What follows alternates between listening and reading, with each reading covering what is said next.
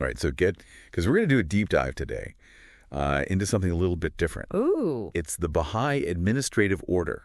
Okay.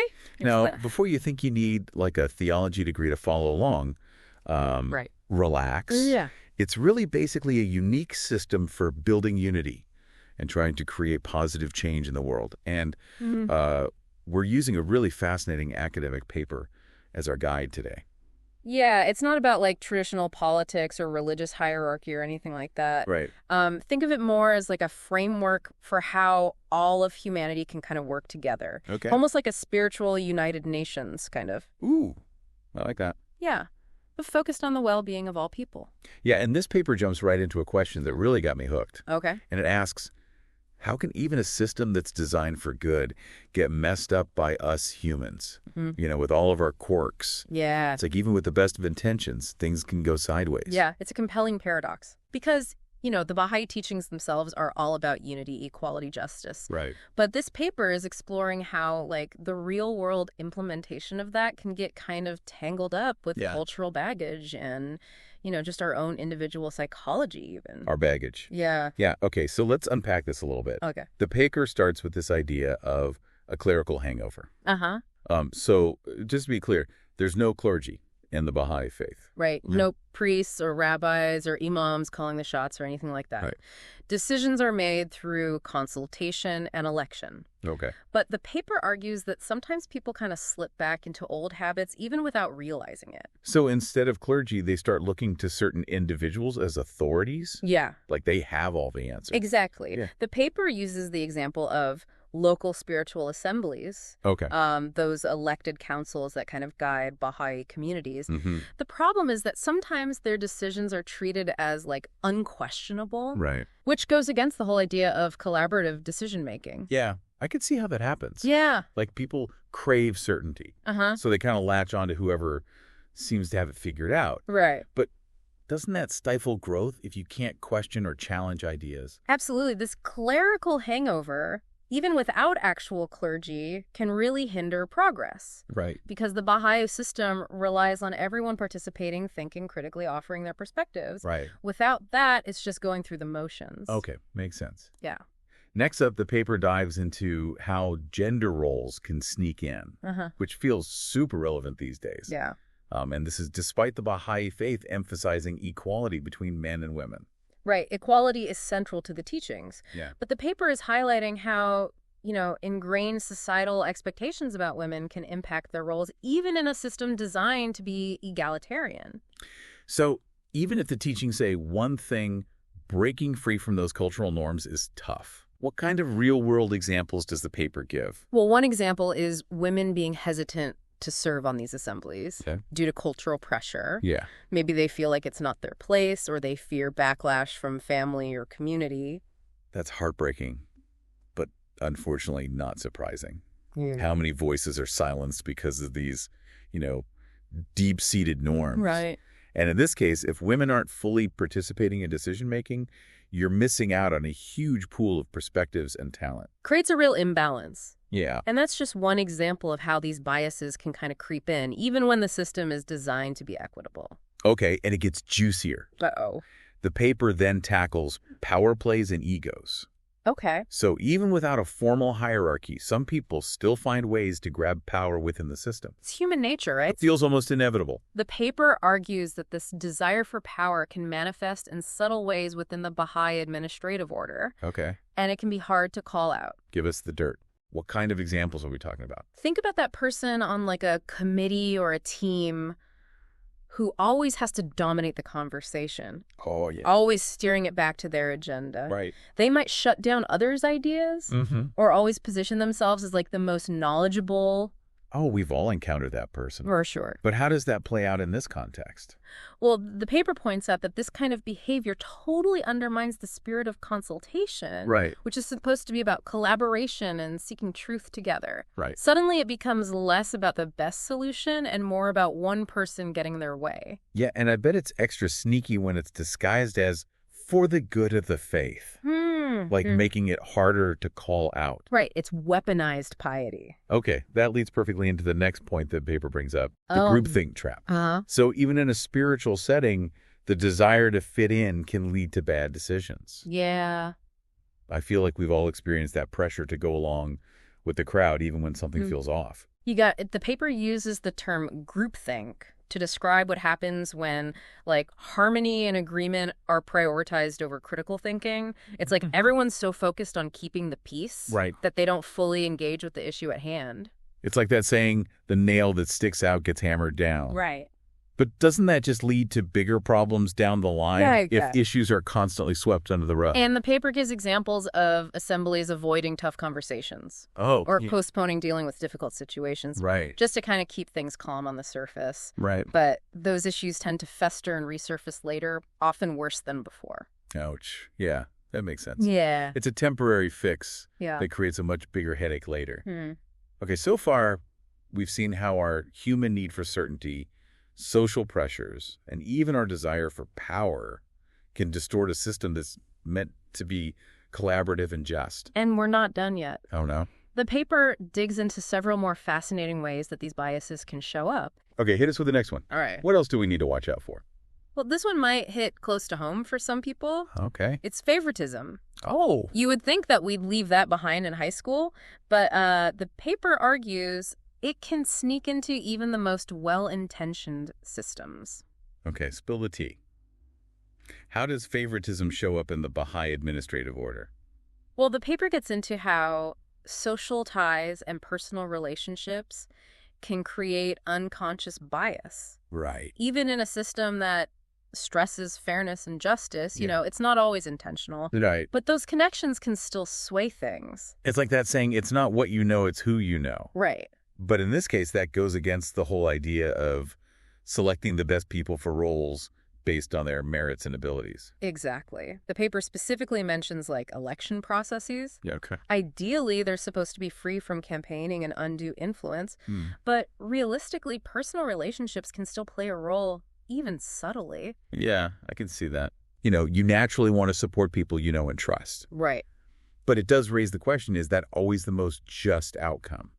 Right. It can undermine the trust and integrity of the whole system if decisions are perceived as based on who you're friends with rather than what's best for the community. Okay, I'm starting to see how these seemingly small biases can have like a ripple effect throughout the whole system. What's the next one that the paper tackles? This one's a classic in any organization, spiritual or not. Okay. Sweeping problems under the rug. Oh, yeah. The paper dives into the human tendency, especially for those in authority, to avoid dealing with difficult situations. So it's that whole, like, don't air your dirty laundry in public mentality. Exactly. But as the paper points out, avoiding conflict rarely makes it disappear. Right. Instead, it tends to simmer and grow, often leading to bigger blow-ups down the road. It's like putting a Band-Aid on a broken bone. Right. It might look fine on the surface, but underneath things are still a mess. Yeah. And in the context of the Bahá'í Administrative Order, this avoidance can be particularly damaging. Okay. You know, the system is designed to address issues openly. Right. Find solutions through consultation, not through silence and suppression. Right. Ignoring problems actually undermines the whole process. Okay, so we've gone through a whole laundry list of ways that even with the best intentions, human nature can kind of mess with the system designed for good. Yeah. It's kind of disheartening. Yeah. Does the paper offer any hope? Well, are there solutions to combat these biases? Don't worry, it's not all doom and gloom. Okay. The paper doesn't just highlight the problems, it offers some practical and insightful solutions. Okay, we need some good news here. Yeah, and that's where it gets really interesting. Lay it on us. What can we do? How do we fix this? Well, the paper emphasizes 3 key recommendations. Okay. First, it stresses the importance of fostering a genuine culture of consultation.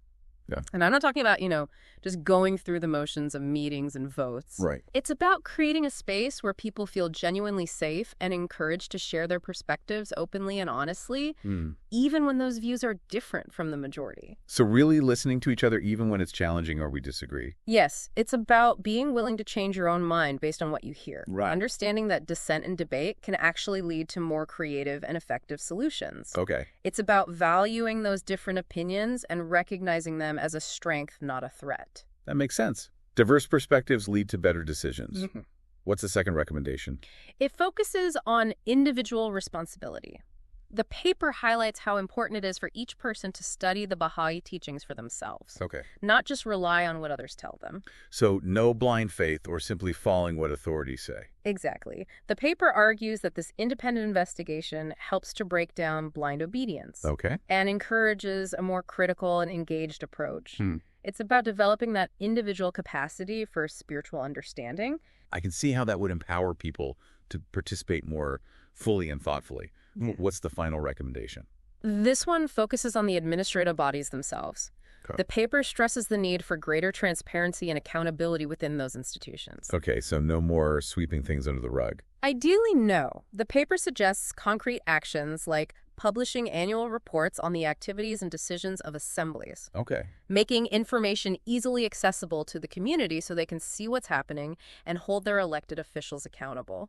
That's a great idea. Yeah. It builds trust and openness, which are vital for any healthy system, and it also helps prevent those power imbalances and secrecy that can breed all the biases that we've been discussing. Right. So basically, the antidote to all these pitfalls is more open communication, deeper individual education, and greater institutional transparency. It's about creating a culture where everyone feels empowered to participate, Yeah. where thinking critically is valued and encouraged, and where decisions are made in the light of day accessible to everyone. That definitely gives me some hope. It's not about expecting perfection, Right. but about striving to do better, Yeah. to be more conscious of these pitfalls, and to work actively to overcome them. Exactly. The Bahá'í Administrative Order, like any system created by humans, will always be a work in progress. Right. But by being aware of these potential problems, we can work to make it function as intended. And that's where it gets interesting for all of us, even those who aren't Baha'is. Wait, what do you mean? How is this relevant beyond the Baha'i community? Well, the paper focuses on the Baha'i context, but what's fascinating is that these biases and challenges are universal. Okay. They pop up everywhere, humans trying to organize and make decisions together. You mean this stuff happens in all sorts of groups and organizations, not just religious ones? Absolutely. Think about your own life, workplaces, community groups, even families. Yeah. You'll find these same dynamics at play: power struggles, favoritism, groupthink, the tendency to avoid conflict. Wow. When you put it that way, it is kind of mind-blowing. So this deep dive isn't just about a specific religious system. It's about understanding human nature Right. and how we operate within any system. Exactly. That's what makes this paper so valuable. Okay. By understanding these biases, we can become more aware of them in our own lives and start to challenge them no matter what groups or systems we're part of. So it's like a toolkit for better decision-making no matter where we find ourselves. Yeah. But what does all of this mean for our listeners specifically? How do we take all of this information and make it actionable? Yeah, it feels like we've uncovered this hidden world of biases, Yeah. that are operating beneath the surface, influencing decisions, shaping outcomes. It's a bit daunting, honestly. It is, but that awareness is the first step towards change. Okay. The paper emphasizes the importance of critical thinking and self-reflection. Right. It's not about pointing fingers or blaming individuals, but rather about recognizing that we all carry these biases to some extent. So it's more about understanding the systemic forces at play and figuring out how to navigate them in a more conscious way. Exactly. It's about personal responsibility, yes, but also about understanding that larger context and how these patterns kind of repeat themselves across different systems and groups. The Baha'i teachings talk about, each of us being on this journey of spiritual growth. Right. Does that relate to what we're talking about here? Absolutely. Part of that journey involves becoming aware of our own limitations. Okay. Those blind spots and biases that we might not even realize we have. Right. And actively working to overcome them. It's like that beautiful image from the Baha'i writings about each of us being mirrors reflecting the light of truth. But like any mirror, sometimes we get a little dusty. That's a perfect analogy. Yeah. And the process of consultation, as it's understood in the Baha'i faith, is all about helping each other polish those mirrors, Right. see things more clearly, to make decisions that are in alignment with the highest good of all. It's about collective progress, not just individual enlightenment. So this deep dive has revealed this fascinating tension. Yeah. A system, the Bahá'í Administrative Order, that's designed for good, for unity and progress, but that's also susceptible to those very human flaws that we all have. And that's the paradox, isn't it? We're all capable of great things, of creating systems that uplift and empower, but we also carry within us the seeds of ego, of short-sightedness, and all those unconscious biases. So as our listener is going about their day, participating in all sorts of systems and groups, right? What's the one thing they should take away from this deep dive? How do we make sure our own participation doesn't contribute to the problem?